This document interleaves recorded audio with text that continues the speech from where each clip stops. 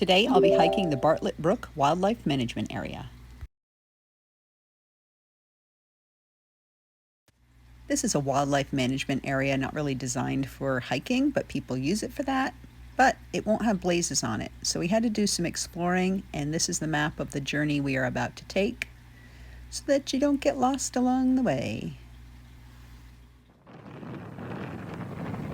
Woohoo! What a fun way to get to the trail with my head out the window on this dirt road in a car. Don't worry, it's not one way. There is a parking lot. You can turn around. Ta-da! And we are here. I have hubby and Barsoom pup here with me today. I always say pup, but he's almost 2 years old, but he'll always be a puppy to me. And this is a very good start to our hike.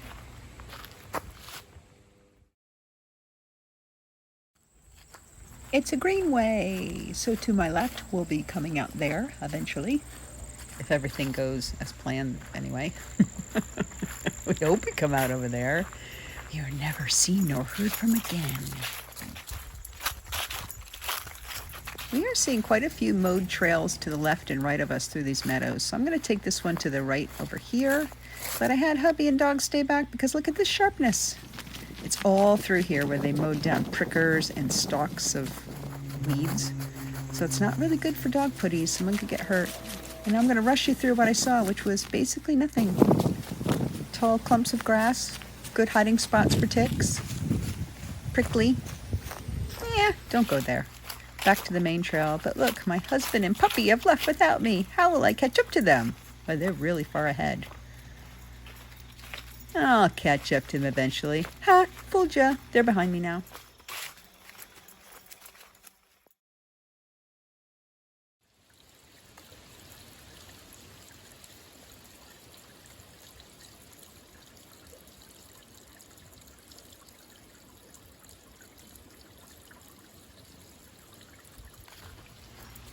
It took me everything not to talk for a moment, but I wanted you to hear the water. Now I'll take you on this little ride through a cave and over the mountains. Woohoo! You're like a glider plane.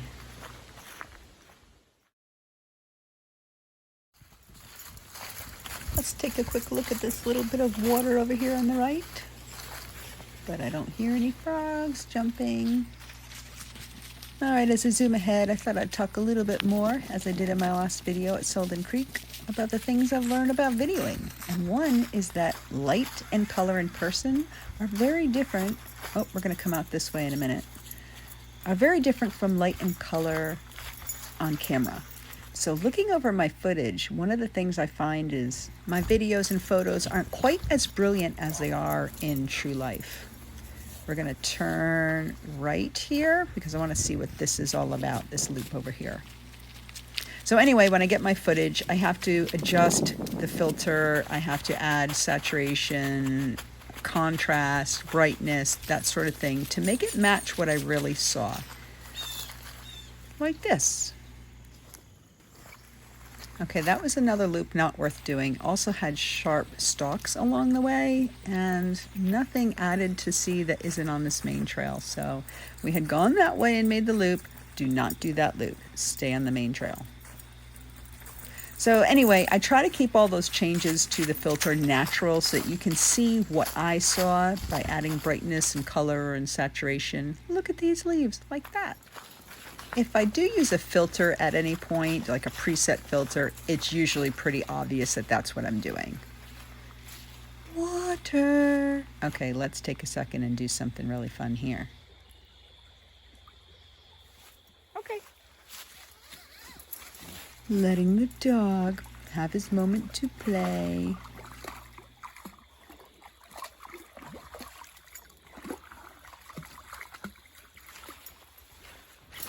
Woohoo! That was a pretty good shake. It shook me too. Well, before we got all wet, hopefully you enjoyed those pretty water sounds. It's one of my favorite things when I hike. It's one of my favorite things. I didn't even realize I said it there for a minute. Well, this trail is really nice and enjoyable, clear, wide road. I'm going to speed it up because it might not be as fun to watch as it is to journey along. so that you won't be bored. In person, you wouldn't be bored. But how much road walk can you watch? We're going to go that way to the left in just a minute. We're going to go to the right first because I understand it leads to water. And I always want to go to water. And look at this water. But first note where the trail goes. In case you feel like crossing over there. No bridge.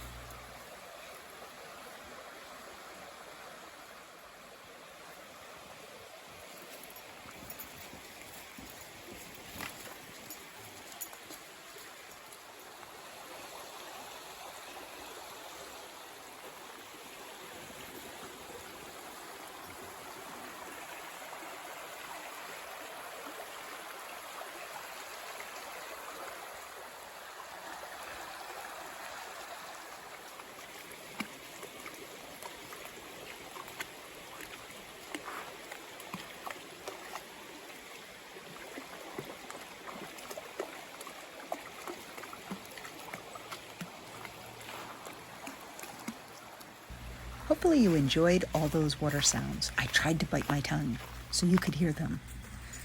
That trail that went across the way, I think leads to the Route 16 entrance of Bartlett, but the reviews say it's very overgrown. This is where we just came in. We're continuing on straight now.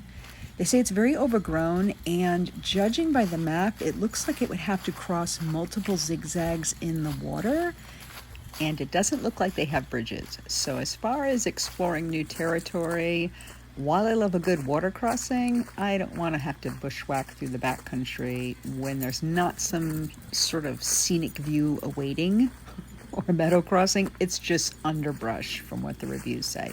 So we're going to stay on trail. That was a long-winded explanation of why I'm not going off trail.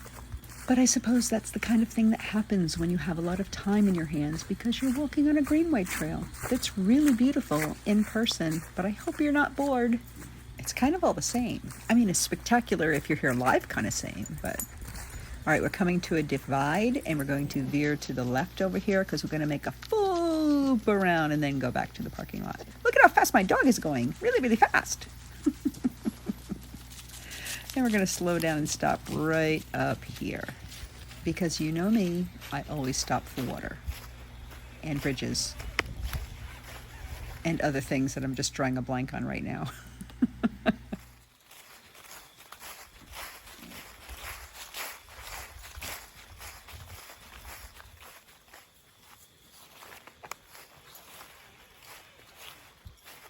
And just before continuing on, I'll take some photos and use some obvious filters. Clearly, I have messed with the color on these, but hopefully when you're doing the normal hiking along, things look as they really did when I was walking through, or that is the goal. Coming up on a divide, we're going to take this right,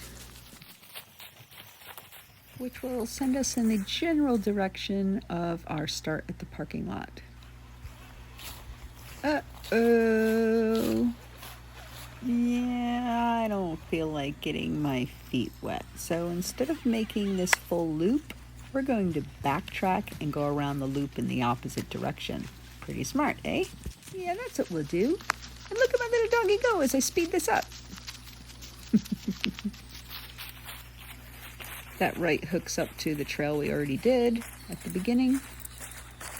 And this is the left we want.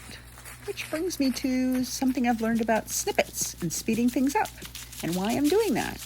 And the reason I do that is snippets, if they go longer than 10 to 12 seconds, they tend to be too long. Like you feel like you're dragging along watching the show. And every snippet needs a 1 second buffer on each side for the transition from clip to clip. And I find ideally the shortest clip should be 5 seconds, which is basically a 3-second clip with a second on each side for transition. And again, the longest clip should be 10 to 12 seconds maximum, -2 for the transition. So when I get clips like this that are really long, 20 to 30 seconds, I do speed them up because it's just too much to sit and watch unless you're here. Like if you're here, you want this to go on for hours. But if you're just watching it on TV, you go, okay, I'm walking through a meadow for 3 minutes. Okay, so this is the way we're supposed to go, straight forward. And there's a loop to the left and to the right, but I've already learned not to follow these side mode loops because they're just all prickly and bad for dog feet and very weedy and grassy, and I'm just gonna stay in this trail where I'm supposed to be. Stick to the trail, doggy, stick to the trail. Slow-mo some grass. Let's immerse you in the meadow. Some more filter photography. You know, I started when the sky was blue, but look what's happened. But it's not supposed to rain.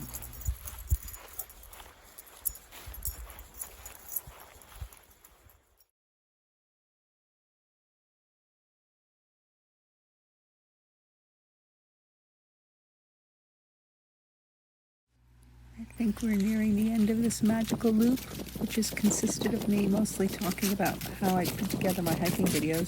Sorry. Here, I'll show you a flower to break it up. Or a seed. Or something. A prickly thing. Looks like something from Horton Hears a Who.